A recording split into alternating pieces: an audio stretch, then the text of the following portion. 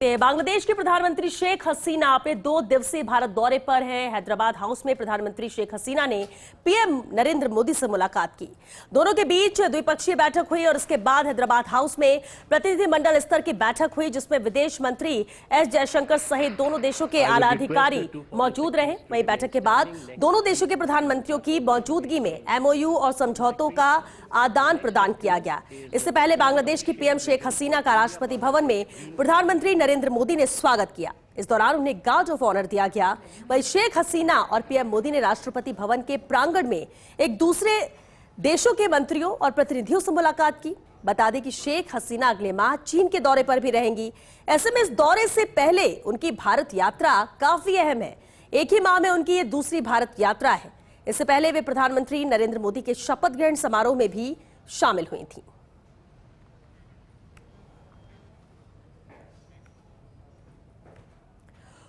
और ये 6 अहम तस्वीरें आप देख सकते हैं। भारत दौरे पर बांग्लादेश के पीएम शेख हसीना है, जहां एमओयू का आदान प्रदान हुआ, प्रतिनिधिमंडल स्तर की बैठक यहां पर हुई और द्विपक्षीय वार्ता हुई शेख हसीना और प्रधानमंत्री नरेंद्र मोदी के साथ। इन दोनों के बीच में ये बेहद अहम वार्ता रही। प्रधानमंत्री से मुलाकात की अहम तस्वीर है। तो राष्ट्रपति भवन में भी स्वागत हुआ शेख हसीना का, वही गार्ड ऑफ ऑनर भी दिया गया शेख हसीना को। तो इस मुलाकात की, शेख हसीना के भारत दौरे की ये 6 अहम तस्वीरें।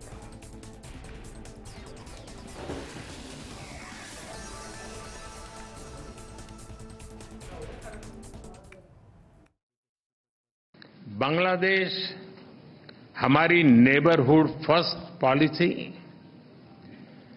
Act east policy, vision Sagar और इंडो पैसिफिक विजन के संगम पर स्थित है। पिछले एक ही वर्ष में हमने साथ मिलकर लोक कल्याण के अनेक महत्वपूर्ण प्रोजेक्ट्स को पूरा किया है। अखौड़ा अगरतला के बीच भारत बांग्लादेश का 6ठा क्रॉस बॉर्डर रेल लिंक शुरू हो गया है। खुलना मोंगला पोर्ट द्वारा भारत के उत्तर पूर्वी राज्यों के लिए कार्गो सुविधा शुरू की गई है। मोंगला पोर्ट को पहली बार रेल से जोड़ा गया है। 1320 मेगावाट मैत्री थर्मल पावर प्लांट के दोनों यूनिट्स ने बिजली उत्पादन शुरू कर दिया है। दोनों देशों के बीच भारतीय रुपये में ट्रेड की शुरुआत हुई है। भारत बांग्लादेश के बीच गंगा नदी पर दुनिया की सबसे लंबी रिवर क्रूज को सफलतापूर्वक पूरा किया गया है। भारत बांग्लादेश के बीच पहली क्रॉस बॉर्डर फ्रेंडशिप पाइपलाइन पूरी की गई है। भारतीय ग्रिड से होते हुए नेपाल से बांग्लादेश तक बिजली निर्यात ऊर्जा क्षेत्र में सब रीजनल सहयोग का पहला उदाहरण बना है।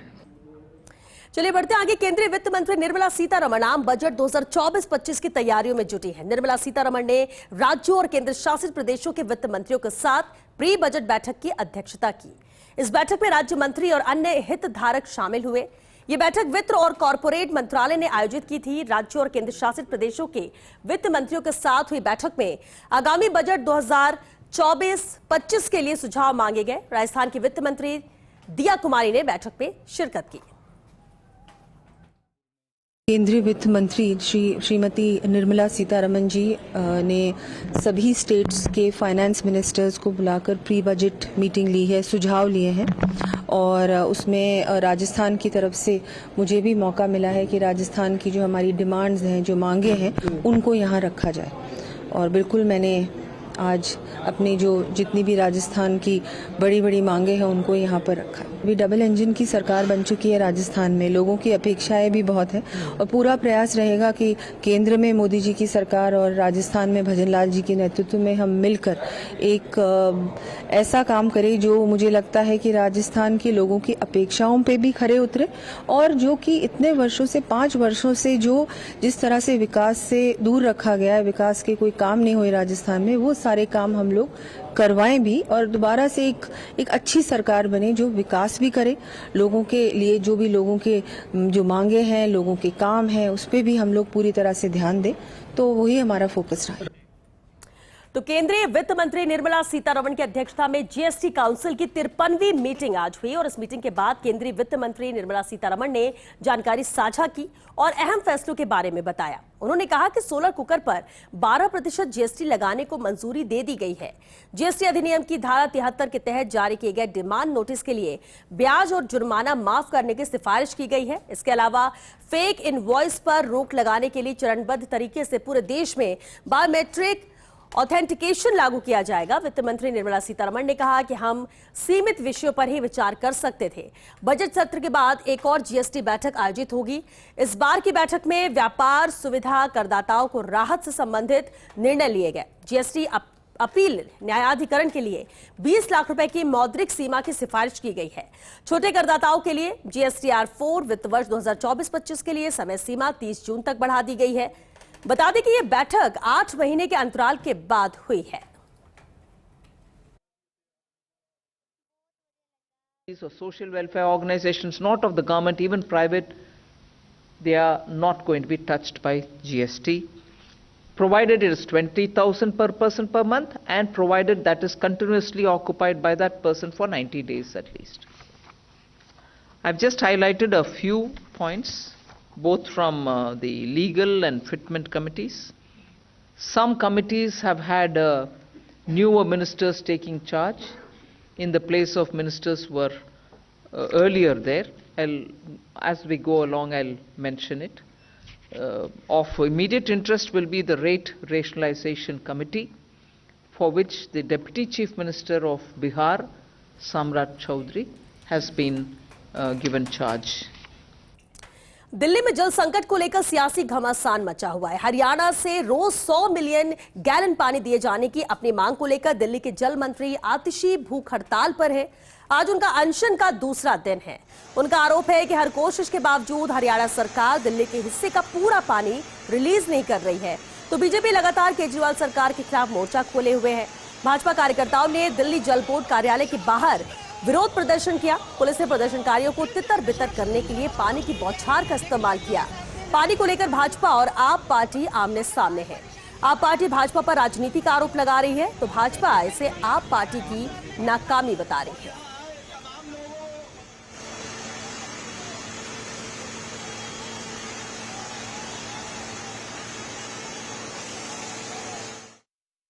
दिल्ली में पानी की बहुत कमी है।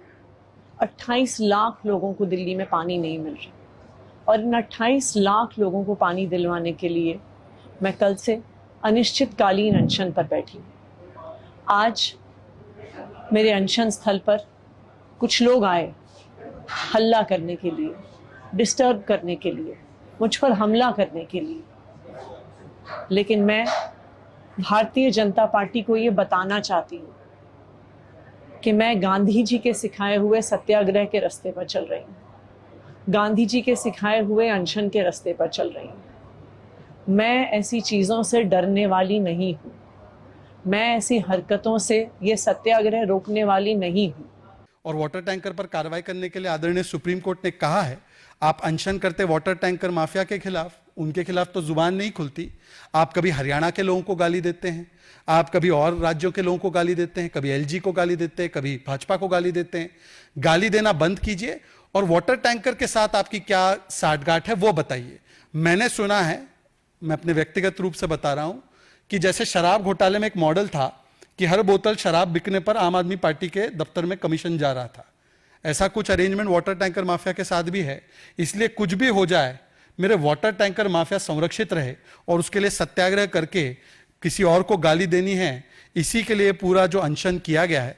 तो इस पर तो आतिशी जी बताएंगे कि अरविंद केजरीवाल जी बता रहे थे सारा पानी है उनके पास, वो वाटर टैंकर के पास जा रहा है, वाटर टैंकर माफिया के पास जा रहा है। और अब खबर आंध्र प्रदेश के अमरावती से है, जहां ताड़ेपल्ली में वाईएसआरसीपी के निर्माणाधीन केंद्रीय कार्यालय को आज सुबह सुबह ध्वस्त कर दिया गया।